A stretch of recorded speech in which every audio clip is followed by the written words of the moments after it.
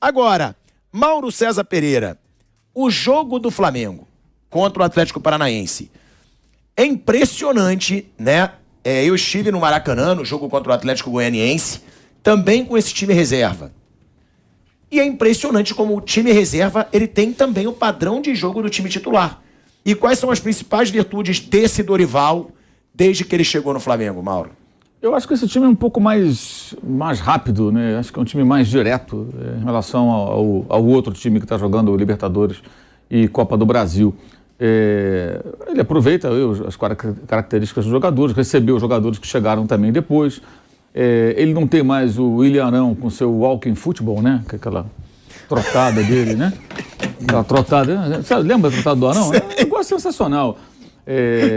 O Diego Alves também, que foi um pivô aí de muita crise aí, fora das quatro linhas, agora vive machucado, então também não atrapalha mais, não cria mais problema, quer dizer, melhorou o ambiente, né? Eu acho que por várias razões, não só pela saída do Paulo Souza, mas também por conta de alguns ajustes ali. Foram feitas contratações, agora tem mais jogadores. E eu não concordo que falar, ele fez o simples, não acho que seja simples, não, acho que ele montou o time de uma outra forma, e é um trabalho do técnico. Quando a pessoa fala que o cara fez o simples, parece que qualquer um chega lá e arruma. Põe um Zé Mané qualquer ali que arruma, faz o... Não é assim. Não é assim. A própria formação do meio-campo com o Losango, não jogava assim. Ele mudou. Com o Paulo Souza, o Ribeiro jogou entre fevereiro, comecinho de março, como ala. Depois ele veio para o meio-campo, não era tão aberto pelo lado como ele jogava habitualmente. Um pouquinho mais por dentro, mas mais à frente. Ele recua um pouco o Ribeiro, usa o João Gomes do outro lado, eventualmente pode ser agora o Vidal. E o Thiago Maia foi fixado como primeiro volante com a saída do Arão. Então, o primeiro volante, os dois caras pelos lados, o Arrascaeta como o armador, o engante, né, atuando atrás dos dois atacantes.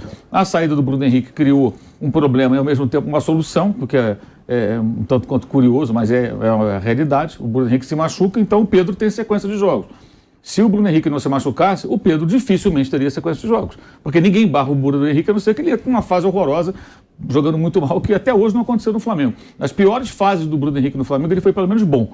E nesse ano, ele era o melhor jogador do Flamengo na Libertadores. Só pegar ali os gols que o Flamengo marcou na fase de grupos dele, o passe dele, a jogada dele, ele era o melhor jogador até que ele se machucou. Então, assim, uma série de situações foram acontecendo. O Felipe Luiz recuperou bem a forma física. O Ayrton Lucas tem jogado bem, quer dizer, também a questão de adaptação vem crescendo. Do lado direito é mais complicado, mas agora chegou o Varela, ele vai ter mais um jogador daqui a pouco para utilizar. O Diego Ribas, que é outro jogador muito polêmico, controverso por algumas situações, já anunciou que vai embora, está jogando, mas acho até que vai perder espaço porque o Pulgar vai entrar nesse time B, pelo menos daqui a pouco, né? Não ficou relacionado ontem porque ainda está treinando, tentando entrar em forma, como é o caso também do Varela. E assim, o Dorival Júnior, ele conseguiu avanços muito importantes, né? Um bom trabalho, é um bom treinador, é um cara que monta times, geralmente times ofensivos, nunca teve tamanho material humano à sua disposição, né? Tamanho e qualidade. E está fazendo um trabalho bacana, está fazendo um trabalho bom, ele é um bom técnico. E acho também os jogadores agora colaborando bem mais, né?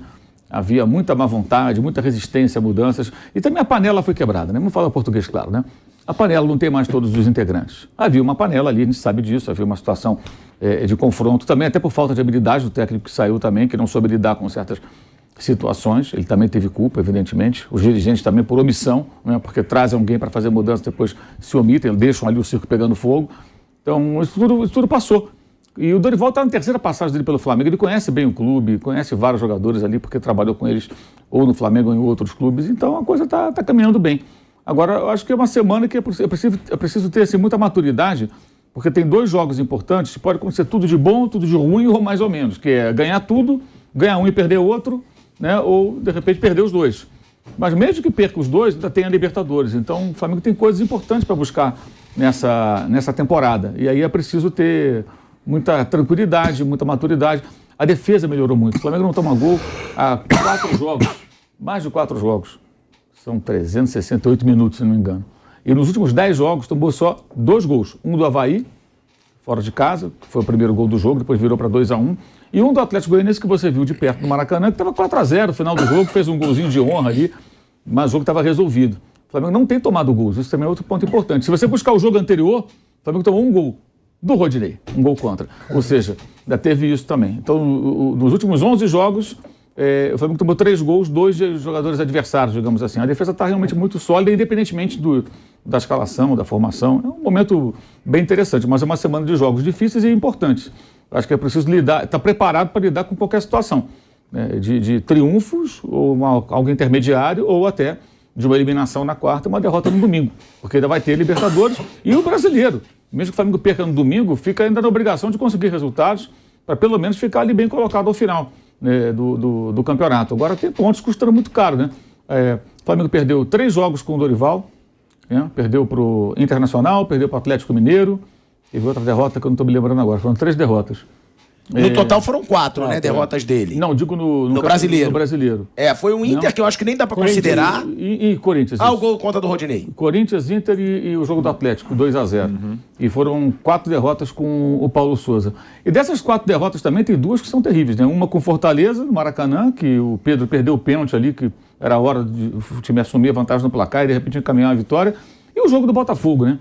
Que foi um resultado super injusto lá em Brasília. O Flamengo jogou muito melhor. Foi um dos melhores jogos do Flamengo com o técnico português. Criou uma infinidade de gols, perdeu gol pra caramba e o Gabigol teve um gol legal tirado pelo VAR. I know I'm fine, but the money makes me handsomer. Walk around smelling like a come up.